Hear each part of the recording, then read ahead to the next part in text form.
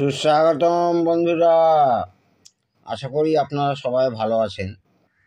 আজকের একটি সোনাইনের 580, যেটা কিনা সেই এসটিকে দিয়ে তৈরি। ওর সঙ্গে সেই ডেক, সিঙ্গেল ডেক থাকে, এই যে নিচে আছে একটা 12 ব্যান্ডের ইকুয়ালাইজারও থাকে। সোনাইনের অবস্থাটা খুব একটা ভালো নেই, খুব খারাপ। আমার কপালে সব এই ধরনেরই সেট আসে। আসলে আমার কপালে না, এগুলো সব পুরনো হয়েছে, অনেক দিনকার সেট। ভালো ইঞ্জিনিয়ার বা টেকনিশিয়ান এরা পাচ্ছিল না, না পাওয়ার ফলে এতদিন বসে রেখেছিল, এবারে পেয়েছে। তো সারাবার চেষ্টা করা চলছে, সারাবার চেষ্টা না, সারানো হয়েই যাবে।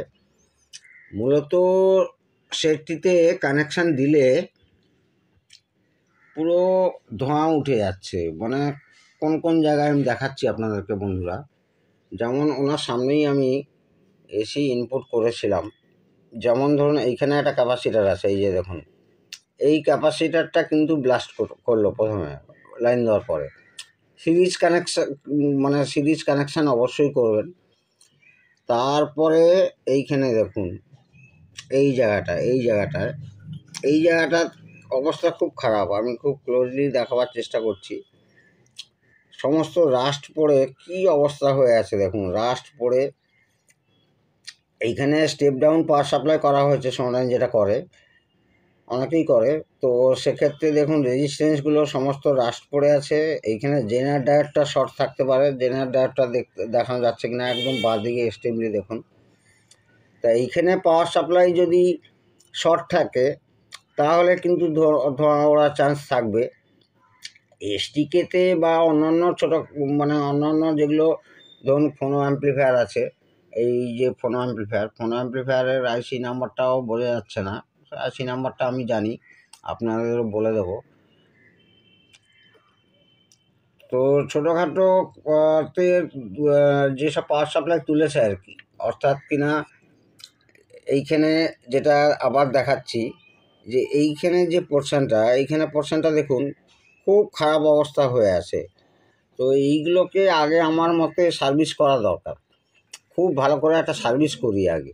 সার্ভিস করার পরে দেখা যাক যে কোন কোন জায়গায় ভোল্টেজ ড্রপ হচ্ছে। আর ভোল্টেজ ড্রপ হওয়া মানেই সেখানে কিন্তু ব্লাস্ট হওয়ার সম্ভাবনা থাকবে। ভোল্টেজ ড্রপ হলে ব্লাস্ট হতে পারে, আবার ভোল্টেজ হাই হলেও কিন্তু ব্লাস্ট হবে।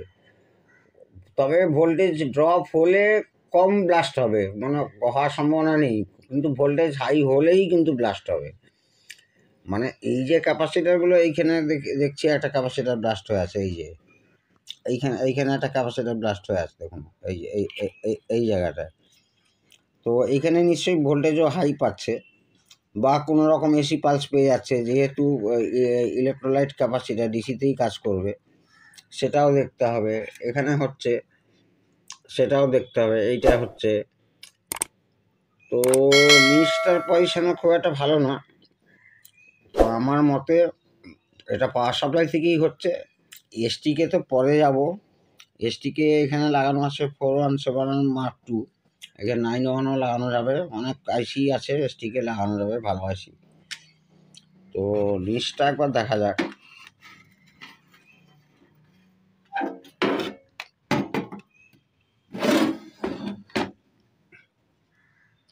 এই যে নিচে দেখছি,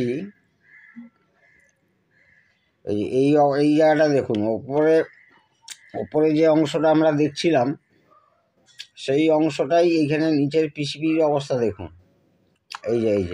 এই জায়গাগুলো দেখুন, এই যে সমস্ত জায়গাটা।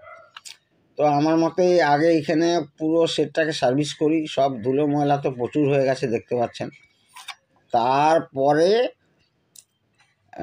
এইখানের পার্টসগুলো সব খুলতে হবে, খুব ভালো করে পরিষ্কার করে নিতে হবে। তারপরে পার্টসগুলো খুলে দেখতে হবে যে কোনটি খারাপ আছে। নিশ্চয়ই হাই ভোল্টেজ যাচ্ছে, হাই ভোল্টেজ পাস করছে, তার জন্যই এই অবস্থা ক্রিয়েট করছে। লাস্টে এসটিকেতে যেতে হবে। তবে তার আগে একটা কথা আপনাদেরকে বলে দিই, এই যে দুটো সাপ্লাই গেছে দেখছেন, এইটা একটা, এইটা হচ্ছে একটা নেগেটিভ পাওয়ার সাপ্লাই গেছে এসটিকের জন্য, পাওয়ার অ্যাম্প্লিফায়ার। আর এটা একটা পজিটিভ গেছে, প্রায় আপনার ওই 40 ভোল্ট মতো, 35 থেকে 40 ভোল্ট ডিসি। এইখানটা কাট অফ করে নিতে হবে, মানে অর্থাৎ এই আইসির পিনটা আর এই আইসির পিনটা আপনাদের ডিসোল্ড করে নিতে হবে আগে প্রথমে করে নিয়ে। কারণ কি, যদি স্টিকেটা ভালো থাকে তাহলে স্টিকেটাও কিন্তু নষ্ট হয়ে যাওয়ার চান্স থাকবে। হয়তো স্টিকেটা ভালো আছে, এই সেটের এইসব পিসিবির কারণে কিছু পার্টস খারাপ কারণে হয়তো স্টিকেটাও উড়িয়ে দিতে পারে। সেই জন্য এই দুটোকে আগে ডিসোল্ড করে নেব। আরও অনেকে কী করেন, ফয়েল কেটে নেন, আমার মতো ফয়েলটা কাটবেন না, খুব ভালো করে ডিসোল্ড করে নেবেন। এই একটা নেগেটিভ, এই একটা পজিটিভ। পুরো সাপ্লাই থরলি চেক আপ করার পরে আপনারা বুঝতে পারবেন যে কোন জায়গাটা ফল্ট। যাক গিয়ে আমি এটা সার্ভিস করি, করার পরে কি করতে এটা কি হচ্ছে আপনাদের সামনে আবার তুলে ধরব। তো বন্ধুরা, সার্ভিস করেছি, তো এই জায়গায় পুরো যেতে পারছি না এখনো পর্যন্ত। তো আমাকে প্রথমত এই দুটো ট্রানজিস্টার, একটা নেগেটিভ স্টেপ ডাউন করা হয়েছে আর একটা পজিটিভ স্টেপ ডাউন করা হয়েছে। খুব সম্ভবত এই জায়গাতেই ফল্টটা আছে। তো আগে ট্রানজিস্টারগুলো খুলি, এখানে অনেকগুলো জেনারেল ডায়োড আছে, কারণ স্টেপ ডাউন করতে হবে, তো সেই জায়গায় দেখা যাক। তো এইখানে খুললে পরে আরও ভালো করে ক্লিনিং করা যাবে।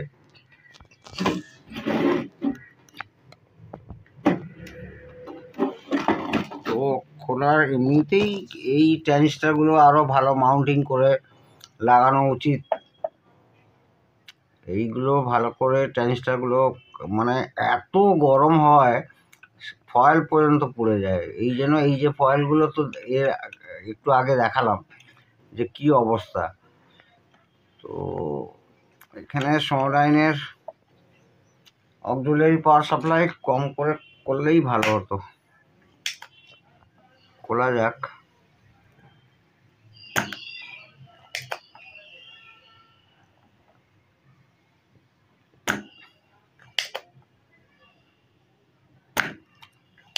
নিচটা ক্লিনিংও হয়ে যাবে এটা খুললে, প্লাস আপনারা পুরো সেকশনটায় ভালো করে যেতে পারবেন।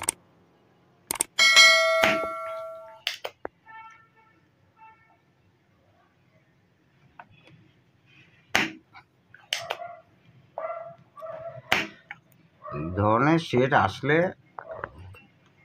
ঘাবড়াবার কোনো দরকার নেই। স্টেজ বাই স্টেজ আমার ভিডিওগুলো দেখলে আপনারা বুঝতে পারবেন যে ঠিক আছে কিনা। এই একটা খুললাম, এর নাম্বার আপনাদের দেখাচ্ছি। এইখানেই ফল্ট বেরোবে ম্যাক্সিমাম চান্স। এই যে বেলের 6292, আমি বহু ভিডিওতে বলেছি 6292, আর হ্যাঁ 6292, 6094 এইসব ধরনের ট্রানজিস্টার এখানে লাগাতে পারেন আপনারা। মিডিয়াম টাইপ পাওয়ার ট্রানজিস্টার, এখানে স্টেপ ডাউন করা হয়েছে। এইখানে আরেকটা আছে, দেখা যাক। এইটাকে মেপে আমরা দেখি যে এইটা আগে ঠিক আছে কিনা। এইখানে রিলেটেড অনেকগুলো আরও পার্টস আছে স্টেপ ডাউন করার জন্য। তো আমরা আগে প্রথমে এই মিটারকে এইখানে বাজার মোডে গিয়ে, এখানে একটা মোড আছে, সিলেক্ট করতে হবে যে ট্রানজিস্টার মাপার জন্য ডায়োডের সিম্বল আসবে। এই দেখুন ডায়োডের সিম্বল চলে এলো। এবার ট্রানজিস্টারটা হিটসিং থেকে খুলে নিই, তো না খুলেও মাপা যাবে, কোনো ব্যাপার না। আচ্ছা খুলেই নেই আপনাদের দেখাবার সুবিধার্থে, খোলাই একদম ঠিক আছে।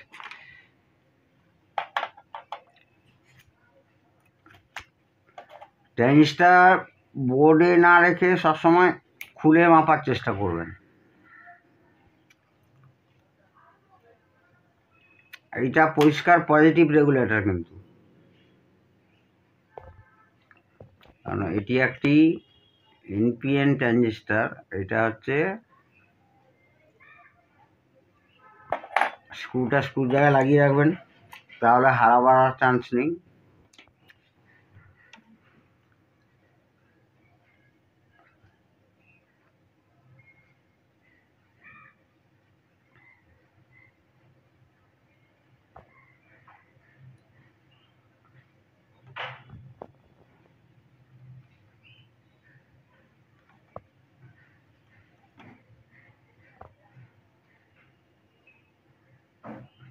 আচ্ছা, এইটা হচ্ছে বেস কালেক্টর এমিটার।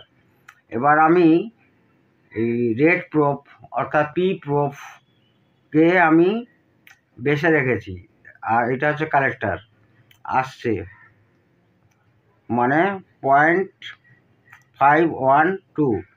এখানেও তাই রেটিং হবে, একটু রেটিং বেশি হয়। এটা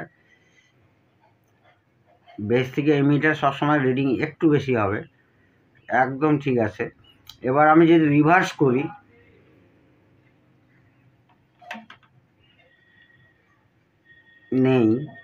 নেই। এবার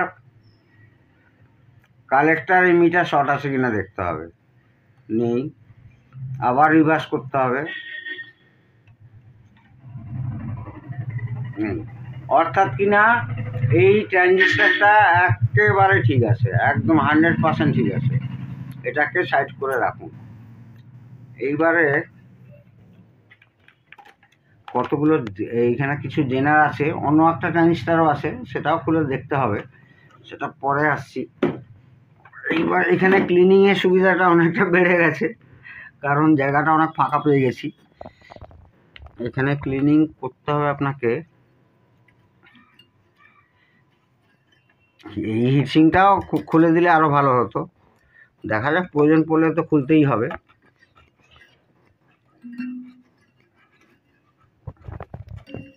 এই যে রেজিস্ট্যান্সগুলো কি হয়ে আছে, এই যে একটা পাওয়া গেছে ফল্ট, 1.5K রেজিস্ট্যান্স একটা রাস্ট পড়ে ওপেন হয়ে গেছে, মানে ভেঙে গেছে আর কি। আর এখানেও দেখুন, এখানেও সিমিলারলি একটা 1.5K আছে, ওটা একটু খোঁচাখুচি করে দেখি, এটাও হয়তো মনে হয় বেরিয়ে আছে। হ্যাঁ, এটাও ভেঙে আছে, এটা তো স্পষ্ট দেখা যাচ্ছে ভেঙে গেছে, এই যে দেখুন একদম ভেঙে গেছে। আর এটাকেও পাল্টে এখানে একটা জেনারেটর আছে, এখানে একটা জেনারেটর আছে, এই যে এইগুলো পাল্টে আগে আপনাকে পাওয়ার সাপ্লাই রেডি করতে হবে, প্লাস এই ট্রানজিস্টারটাও খুলে মাপতে হবে। ঠিক আছে বন্ধুরা, তো ভিডিওটা বড় হয়ে যাচ্ছে, এইটুকু করি, তারপরে না হলে সেকেন্ড পার্টে আবার একটা ভিডিও হবে। সেকেন্ড পার্ট করতেই হবে এটা, কারণ এটা বেশ ভালো ফল্ট অবস্থায় এসছে। এই যে এসছে, তার হচ্ছে প্রথমে আপনাকে পাওয়ার সাপ্লাই রেডি করতেই হবে, এবং এই এসটিকে নেগেটিভ পজিটিভ পাওয়ার সাপ্লাই দুটো রিমুভ করে রাখতে হবে, মানে ডিসকানেক্ট করে রাখতে হবে। ঠিক আছে বন্ধুরা, আর তখন একটা ভুলবশত বলে ফেলেছি যে ভোল্টেজ লো হলেও ক্যাপাসিটার ব্লাস্ট করতে পারে, এটা ভুল। ভোল্টেজ হাই হতে হবে, তবেই এই ক্যাপাসিটারগুলো ব্লাস্ট হচ্ছে, এখানে হচ্ছে। আর না হলে কি হবে, যদি কোনো রকম এসি পালস বাইপাস হয়ে যায় ডিসির জায়গায়, পিওর ডিসিতেই একটা ইলেকট্রোলাইট ক্যাপাসিটার কাজ করে, সেখানে যদি কোনো রকম এসি পালস মানে পাঞ্চ থাকে, তাহলেও কিন্তু ক্যাপাসিটার গরম হয়ে গিয়ে ফুলে যাবে এবং ব্লাস্ট করতে পারে। তো সেক্ষেত্রে এই জায়গাতেই ফল্ট ম্যাক্সিমাম, কারণ এই রেজিস্ট্যান্সগুলো যদি ওপেন হয়ে যায়, এই রাস্ট পড়ে গিয়ে একদম ছেড়ে যাচ্ছে, ওপেন হয়ে যায়, তাহলে কিন্তু ভোল্টেজ হাই হবেই হবে, কারণ রেগুলেট করতে পারছে না, তো ভোল্টেজ হাই হবেই হবে, এবং সেক্ষেত্রে কন্ডেন্সার ব্লাস্ট হবে। যত অক্সিলারি এইগুলো সব অক্সিলারি পাওয়ার সাপ্লাইতেই আছে, মানে অক্সিলারি পাওয়ার সাপ্লাই মানে আপনার অ্যাম্প্লিফায়ারের সাপ্লাই যেটা, সেটা না, মূল সাপ্লাইটা না, তারপরে যে সাব পাওয়ার সাপ্লাইটা হয় সেটাকেই আমরা অক্সিলারি পাওয়ার সাপ্লাই বলে থাকি। যথা কিনা এই ধরুন বেস টেবিলে আসবে, এই আইসিতে আসবে, এই প্রোগ্রাম সিলেক্টর আইসিতে আসবে, সমস্ত এই জায়গাটা থেকেই স্টেপ ডাউন করে আসবে। তো লেটস গো। মনে হচ্ছে সেকেন্ড ভিডিও, মনে হচ্ছে না, শিওর সেকেন্ড ভিডিও করব। আজকের আপাতত এইটুকুই থাক, আপনারা প্রত্যেকে ভালো থাকুন। অবশ্যই এর মধ্যে কোনো সেট আমি আর ঢোকাবো না, কন্টিনিউ এই সেটটাই মানে করে সাকসেস হয়ে আপনাদের দেখাবো, এবং কী কী করতে হয়েছে, কী কী না করতে হয়েছে, টোটালটা আপনাদের সঙ্গে আলোচনা হবে, এবং তার সঙ্গে ভিডিও আমি ব্রডকাস্ট করব। প্রত্যেকে